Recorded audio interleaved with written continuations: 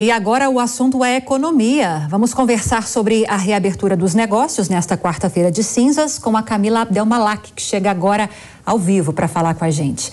Oi, Camila, boa noite. O que podemos esperar do mercado financeiro, então, nesse retorno do carnaval?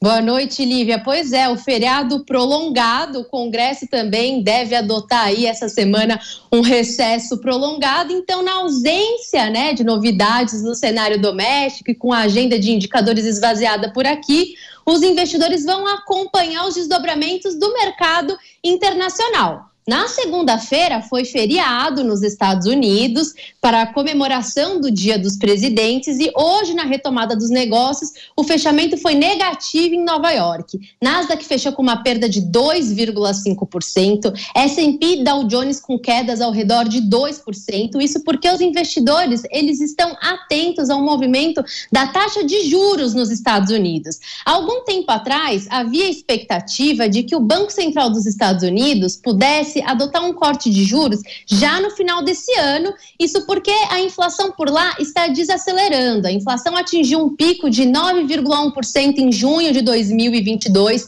Atualmente, até janeiro de 2023, essa inflação está em 6,2%, já mostrando o efeito da elevação da taxa de juros por lá. Os juros nos Estados Unidos está em 4,75%.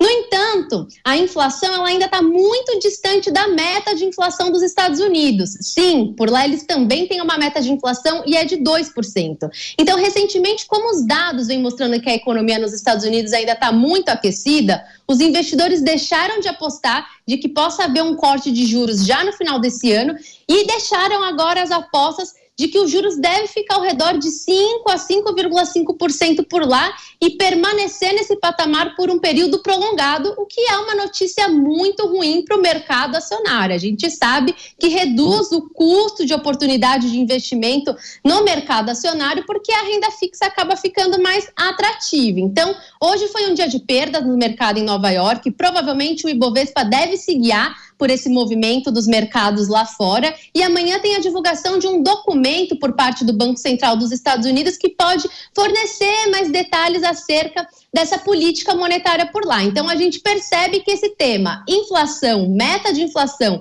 e taxa de juros elevado não é uma exclusividade aqui do Brasil e pode pesar na abertura dos negócios amanhã, Lívia. Agora a gente entrevistou agora há pouco, inclusive, Camila, o deputado federal Pedro Lupion, que é presidente da Frente Parlamentar Agropecuária, e a última pergunta que nós fizemos a ele foi justamente sobre as articulações que envolvem a reforma tributária.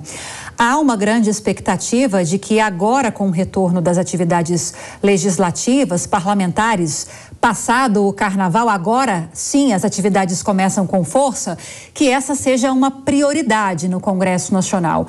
E assim que essas discussões ganharem corpo, ganharem força, isso com certeza vai ter reflexo no mercado financeiro também. Sem dúvidas, Lívia, essa é uma expectativa muito grande, no entanto, os economistas não estão tão animados assim de que essa discussão será tão rápida, como a gente sabe, envolve a discussão com muitos setores que podem se sentir prejudicados, como, por exemplo, o setor de serviços, que pode sentir aí uma elevação da carga tributária. Então, essas discussões não são discussões tão rápidas e, inclusive, também tem a discussão em relação ao tal do arcabouço fiscal. Lembrando que a gente tem aí a discussão da substituição do instrumento do teto dos gastos. Então, são duas discussões muito importantes que a gente vai querer entender como elas serão coordenadas ali dentro do Congresso e a gente sabe que são discussões fundamentais para definir o futuro da economia brasileira, Lívia. Lembrando, inclusive, que há uma promessa do ministro da Fazenda, Fernando Haddad, que esse esboço ou esse projeto de novo arcabouço fiscal seja apresentado ainda em março. A conferir, a gente segue acompanhando então os próximos dias. Camila Abdelmalak, obrigada pela participação, uma ótima noite a você e até amanhã. Boa noite.